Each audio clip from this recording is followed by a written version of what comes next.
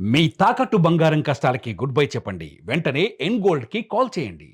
తెలంగాణలో కేబినెట్ విస్తరణ పైన మళ్లీ చర్చ మొదలైంది. తెలంగాణలో ఈ నెలలోనే ఆగస్టు మాసంలోనే కేబినెట్ పునర్విస్తరణ జరుగుతుందనే చర్చకు తెరలేసింది.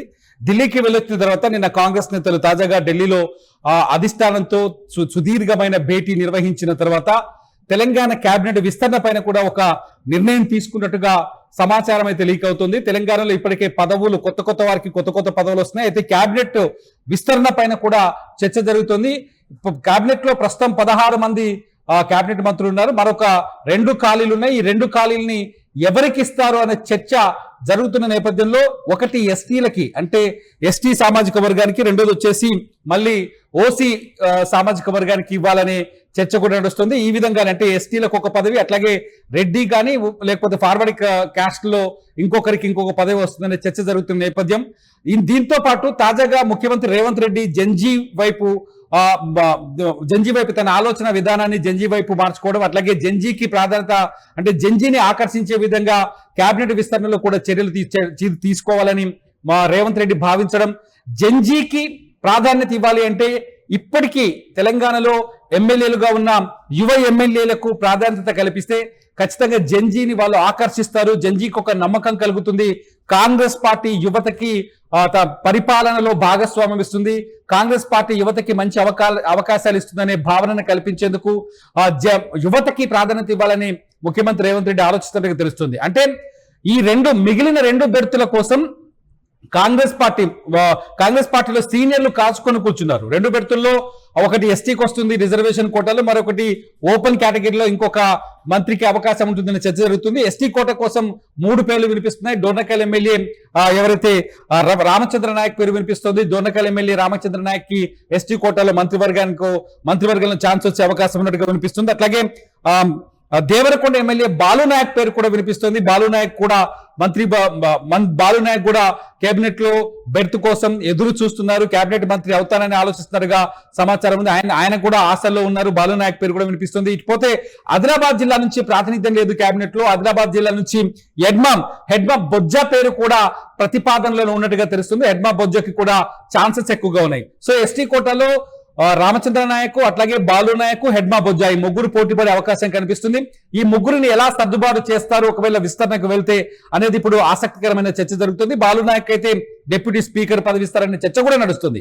ఈ పరిణామాలు కొనసాగుతున్నాయి. ఇది ఇలా ఉంటే ఓపెన్ కేటగిరీలోకి వచ్చేసరికి నిజామాబాద్ లో సుదర్శన్ రెడ్డికి ఇస్తారా, లేకపోతే మదన్ మోహన్ రావుకి ఇస్తారా, లేకపోతే రంగారెడ్డి జిల్లా నుంచి ప్రాతినిధ్యం లేదు. రంగారెడ్డి జిల్లాలో కాంగ్రెస్ పార్టీ కొంత బలహీనంగా ఉంది. ఎందుకంటే గత ఎన్నికల్లో బీఆర్ఎస్ పార్టీ హైదరాబాద్ చుట్టూ అధిక సీట్లను గెలుచుకుంది. హైదరాబాద్ చుట్టూ కాంగ్రెస్ హవా పెరగాలి, కాంగ్రెస్ కి ప్రాధాన్యత పెరగాలి, హైదరాబాద్ ఓటర్లలో కాంగ్రెస్ కి నమ్మకం కలగాలి అంటే ఖచ్చితంగా రంగారెడ్డి జిల్లా లేకపోతే ఈ పరిసర ప్రాంతంలో ఉమ్మడి రంగారెడ్డి జిల్లా, పాత రంగారెడ్డి జిల్లా కోటాలో మల్రెడ్డి రంగారెడ్డి, ఇబ్రహీంపట్నం ఎమ్మెల్యే మల్రెడ్డి రంగారెడ్డి అనే సీనియర్ కూడా చాలాసార్లు తన మంత్రి పదవి కోసం అధిష్టానం చుట్టూ తిరుగుతున్నారు. ఢిల్లీకి వెళ్ళొచ్చారు. తన ప్రొఫైల్ ని ఢిల్లీలో అధిష్టానాన్ని కూడా వివరించారు. ఖచ్చితంగా ఈసారి విస్తరణలో తనకి అవకాశం వస్తుందని చెప్పేసి మల్రెడ్డి రంగారెడ్డి బోలెడని ఆశలతో ఉన్నారు. సుదర్శన్ రెడ్డి వర్సెస్ మల్రెడ్డి రంగారెడ్డి అనే ఫైట్ కూడా జరిగే ఛాన్స్ ఉందని తెలుస్తుంది. ఒకవేళ ఇస్తే నిజామాబాద్ కోటాలో అక్కడ ఒకరికి కూడా ప్రాతినిధ్యం లేదు కాబట్టి సుదర్శన్ రెడ్డికి ఇవ్వచ్చు. ప్రస్తుతమైన ప్రభుత్వ సలహాదారుగా ఉన్నారు. సుదర్శన్ రెడ్డి కాదు అంటే ఖచ్చితంగా ఇబ్రహీంపట్నం నుంచి రంగారెడ్డి జిల్లా, ఇబ్రహీంపట్నం నుంచి మల్రెడ్డి రంగారెడ్డికి అవకాశం దొరికే ఛాన్స్ ఉందని చర్చ జరుగుతుంది. ఇదిలా ఉంటే నల్గొండ జిల్లా నుంచి మళ్ళీ ఎవరైతే కోమటిరెడ్డి రాజగోపాల్ రెడ్డి ఉన్నారో మొదటి నుంచి బహిరంగంగానే నాకు మంత్రి పదవి ఇస్తారా, ఇవ్వకపోతే ఏకంగా ముఖ్యమంత్రి పదవిని తీసుకుంటారు, నాకు అంత సత్తా ఉందని చెప్పేసి కోమటిరెడ్డి రాజగోపాల్ రెడ్డి అక్కడ తీవ్రమైన ఒత్తిడి చేస్తున్నారు కేంద్రంపై, ఢిల్లీలో ఉన్న పార్టీ అధిష్టానం పైన, అట్లాగే ప్రభుత్వం పైన, రేవంత్ రెడ్డి పైన కూడా ఒత్తిడి తీసుకొచ్చే ప్రయత్నం చేస్తున్నాడు. ఖచ్చితంగా నేను మంత్రిని కావాల్సిందే అంటూ పట్టుబట్టుకొని కూర్చున్నాడు కోమటిరెడ్డి రాజగోపాల్ రెడ్డి. మునుగోడు నియోజకవర్గం నుంచి ఆయన ప్రాతినిధ్యం వహిస్తున్నారు.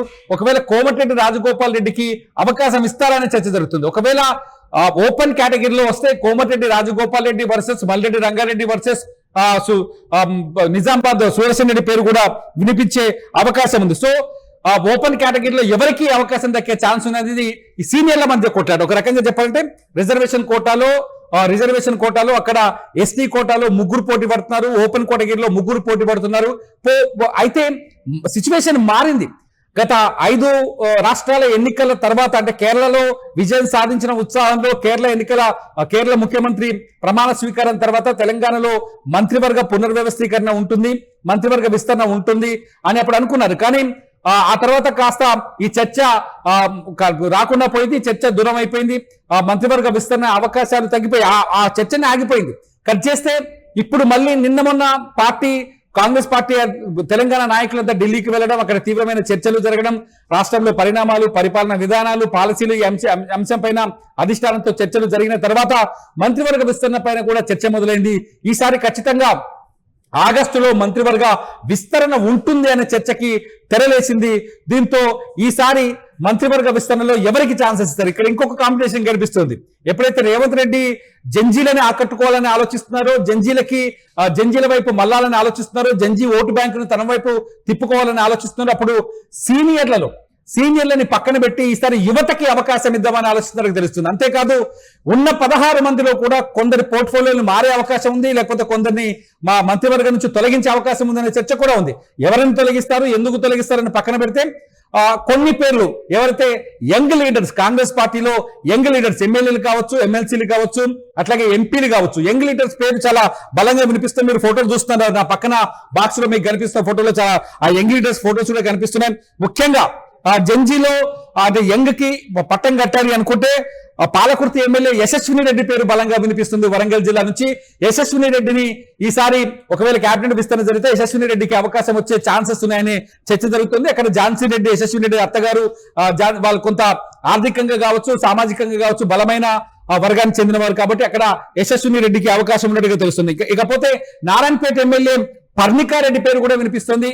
ఈసారి ఒకవేళ విస్తరణ జరిగితే ఒక యూత్ కోటాలో పర్ణికారెడ్డికి కూడా అవకాశం వచ్చే ఛాన్సెస్ ఉన్నాయని తెలుస్తుంది. అట్లాగే మెదక్ ఎమ్మెల్యే ఎవరైతే మైనంపల్లి రోహిత్ ఉన్నాడో, మైనంపల్లి హనుమంతరావు చాలా కీలకమైన నేతగా ఉన్నారు. ఇప్పుడు ఆయన కుమారుడైన మైనంపల్లి రోహిత్ మెదక్ నుంచి ప్రాతినిధ్యం వహిస్తున్నారు. మైనంపల్లి రోహిత్ కూడా ఒకవేళ యంగ్ స్టార్స్ కోటాలో మైనంపల్లి రోహిత్ కూడా ఛాన్స్ తెలుస్తుంది. ఇకపోతే పార్టీ కార్యక్రమాలు కావచ్చు, పార్టీ తరఫున కావచ్చు ఫైట్ చేస్తున్న ఎమ్మెల్సీ బల్మూరు వెంకట్ పేరు కూడా వినిపిస్తుంది. బల్మూరు వెంకట్ కి కూడా ఈ ఎన్నికల్లో ఈ కేబినెట్ విస్తరణలో ఒకవేళ విస్తరణకు వెళ్తే రేవంత్ రెడ్డి కేబినెట్ లో టీంలో చోటు దక్కే అవకాశం ఉందని బల్మూరు వెంకట్ పేరు కూడా వినిపిస్తుంది.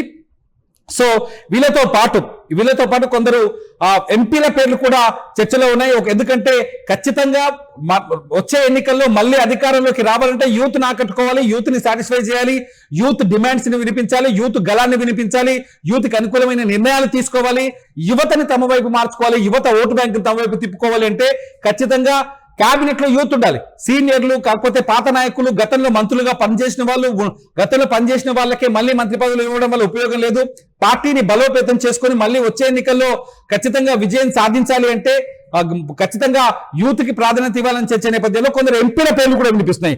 ఎంపీల పేర్ల దగ్గరకు వచ్చేసరికి చాలా స్పష్టంగా 2 పేర్లు బలంగా వినిపిస్తున్నాయి. ఒకటి చామల కిరణ్ కుమార్ రెడ్డి. కొద్దిసేపటి క్రితమే మన యూట్యూబ్ లో ఒక వీడియో చూసాం, నేనే చేశాను.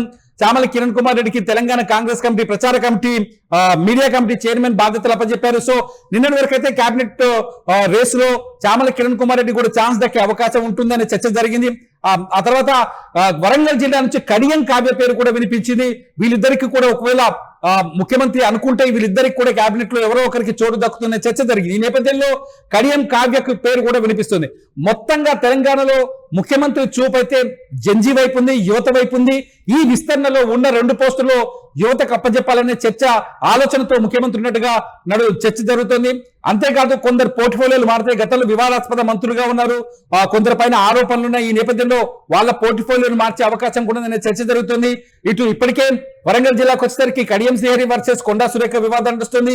నల్గొండ జిల్లాకు వచ్చేసరికి మందుల సామెలు కావచ్చు, మిగతా ఎమ్మెల్యేలతో కోమటిరెడ్డి బ్రదర్స్ కి మధ్య కొంత గ్యాప్ నడుస్తుంది. ఈ పరిణామాలన్నింటినీ లెక్కలేసుకొని మరింత శక్తివంతంగా బలమైన కేబినెట్ టీం ని తయారు చేసుకునేందుకు ముఖ్యమంత్రి రేవంత్ రెడ్డి పావులు కదుపుతున్నారు. ఖచ్చితంగా యూత్ కి ఛాన్సెస్ ఇచ్చే అవకాశం ఉంటుంది, సీనియర్స్ కి ఛాన్స్ ఉండదనే చర్చ కూడా జరుగుతుంది. మీరేమనుకుంటున్నారు? నిజంగా తెలంగాణలో కొత్తగా ఒకవేళ కేబినెట్ విస్తరణ జరిగితే ఆగస్టులో ఈ మాసంలో కేబినెట్ విస్తరణ జరిగితే యూత్ కు ప్రాధాన్యత ఇస్తారా ముఖ్యమంత్రి రేవంత్ రెడ్డి, లేకపోతే సీనియర్లకి ప్రాధాన్యత ఇస్తారా?